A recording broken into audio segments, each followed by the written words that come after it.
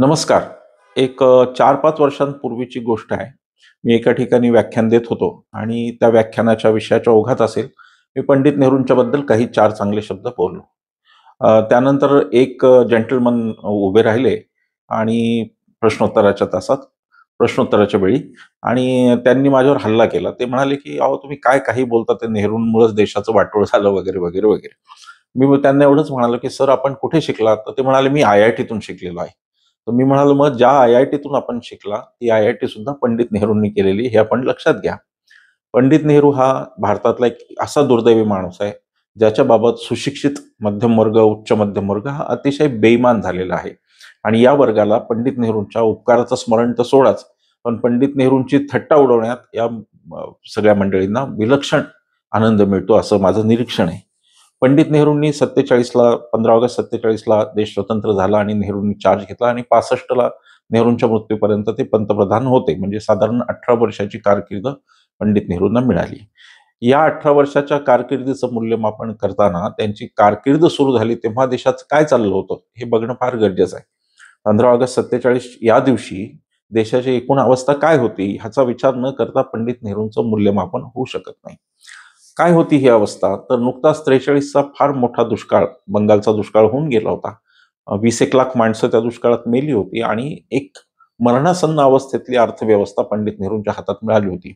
इंग्रजांनी कोहिनूर हिऱ्यापासून सगळं लुटून इंग्लंडला नेलं होतं आणि आपल्या तिजोऱ्या, रिकाम्या तिजोऱ्या, फाळणीनंतर मिळालेले जे काही 380 कोटी असतील, त्याच्यासह नेहरूंनी देशाचा कारभार सुरू केला.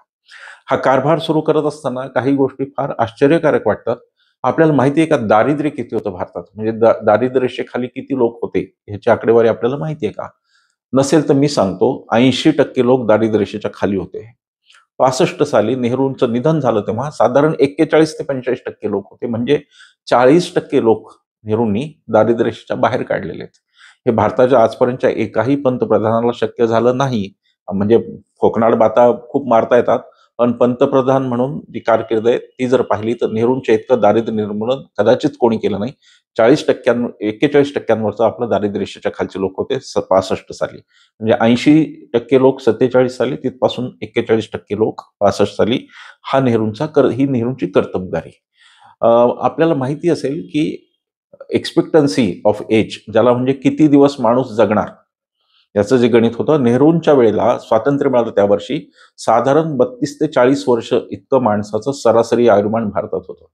म्हणजे माणसं पटापट मरत होती, कुठल्याही कारणाने मरत होती. 32 वर्ष झाला की माणूस म्हातारा होत होता आणि तो मरतही होता. 40 पर्यंत जगला तर त्याला बराच म्हणजे जगला असं लोक म्हणायचे. ही अवस्था होती. तुम्हाला आश्चर्य वाटेल, 1000 जर बाळं जन्माला आली, तर त्यातली 180 बाळं मरत होती जन्मतःच. हा जन्मतःच मृत्यूदर होता. तो 180 होता. 1000मध्ये 180 बालकंही जन्मतःच मरायची.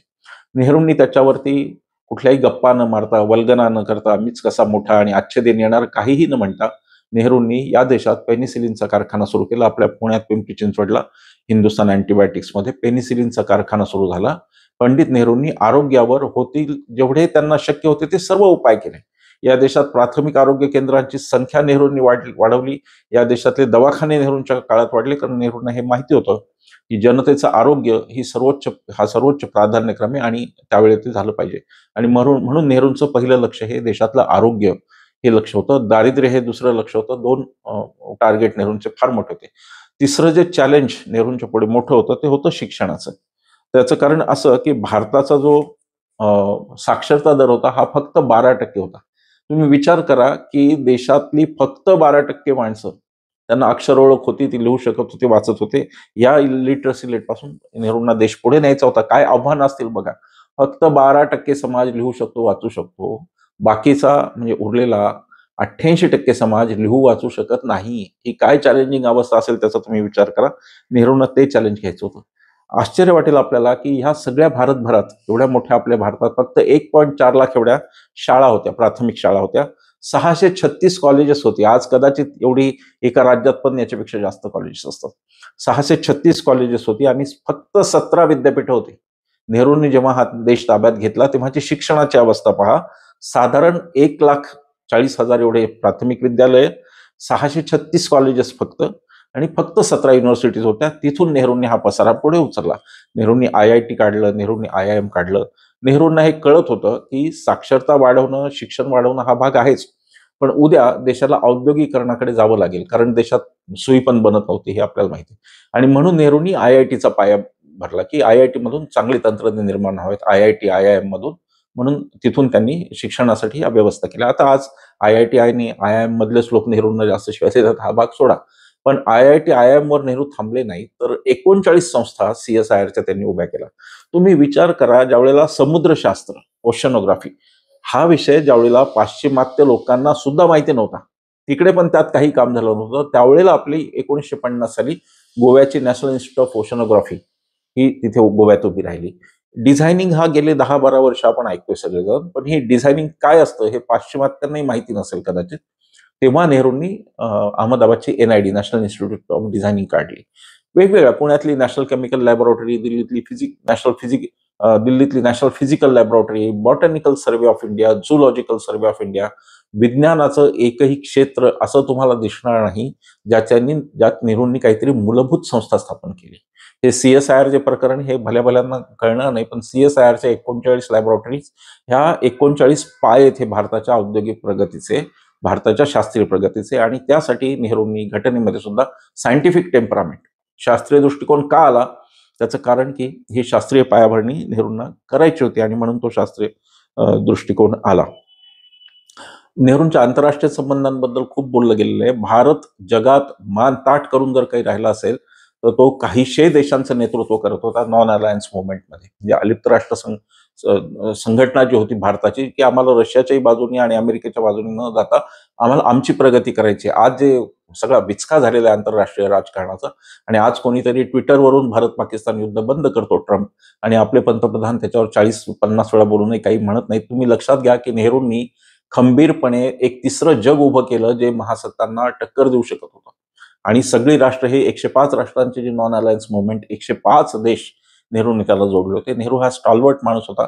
नेहरू अतिशय उच्च शिक्षित माणूस होता. केम्ब्रिज विद्यापीठातून शिकून आलेला होता. नेहरूंची डिग्री बोगस नव्हती, नेहरूंची डिग्री जेन्युइन होती, नेहरूंचं शिक्षण खरं होतं.